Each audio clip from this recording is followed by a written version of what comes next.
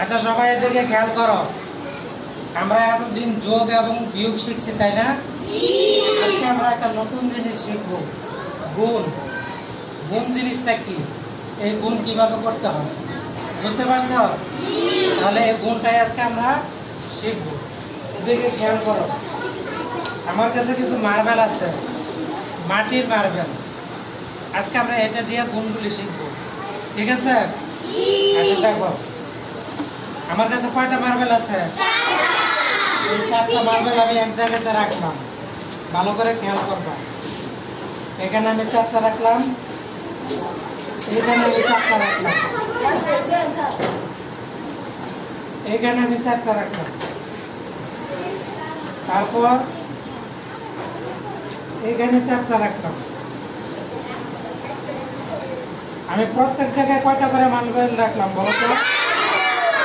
4টা। এখানে কয়টা মার্বেল? এখানে কয়টা? এখানে কয়টা? এখানে কয়টা? 4টা করে মার্বেল আমি কয় জায়গাতে রাখছি? 4 জায়গায়। এখন এইখানে কতগুলি মার্বেল আছে? আমরা যদি এটা যোগ করি, যোগ করলে আমরা এইভাবে লিখতে পারি, দেখো 4 যোগ 4 যোগ 4, তাই না? তাহলে যোগ করলে কি আমরা গুণে গুণে যোগ করি না? 4 আর 4 কত? 8 আর 4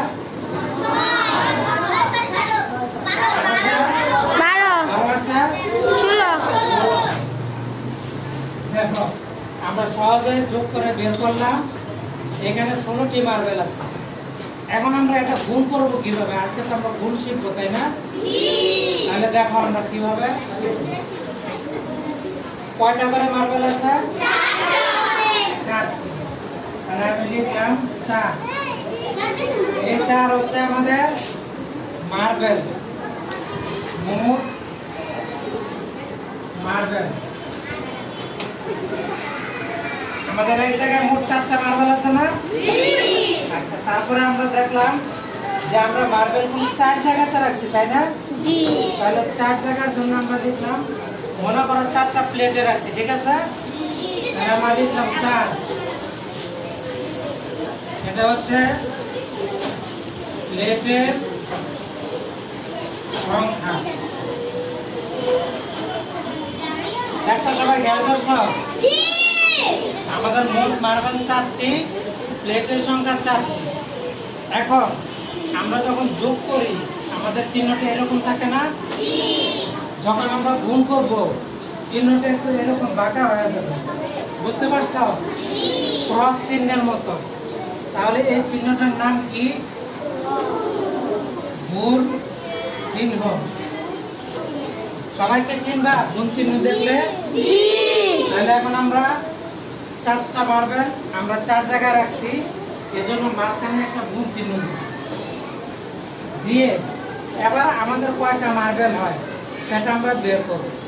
তাহলে এই যে আমরা গুণ করব, এই গুণ করার জন্য আমাদের দরকার হচ্ছে গুণের নামতা। কি দরকার? গুণের নামতা। আমরা সামনে গুণের নামতা শিখব। নামতাটা আমরা কিভাবে করব খেয়াল করো।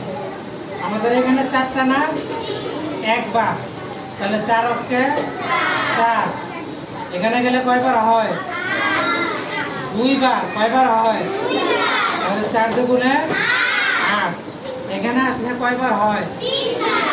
3 বার। তাহলে 3 4 12।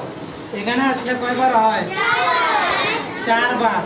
4 বারে 4 4 16। তাহলে আমাদের এখানে কত? 16 হয় না? আরো একটা মজার বিষয় তোমরা খেয়াল করো, আমরা যখন যোগ করলাম কত হয়েছিল? 16। আমরা যখন গুণ করলাম কত হয়েছে? 16। আর এটা হচ্ছে আমাদের গুণ ফল। গুণ করে আমরা একটা ফল পেলাম না? এটা হচ্ছে আমাদের গুণফল। তাহলে আমরা একটা জিনিস আরো ভালো করে বুঝতে পারলাম যে যোগ এবং গুণের সাথে সম্পর্ক আছে, বুঝতে পারছো?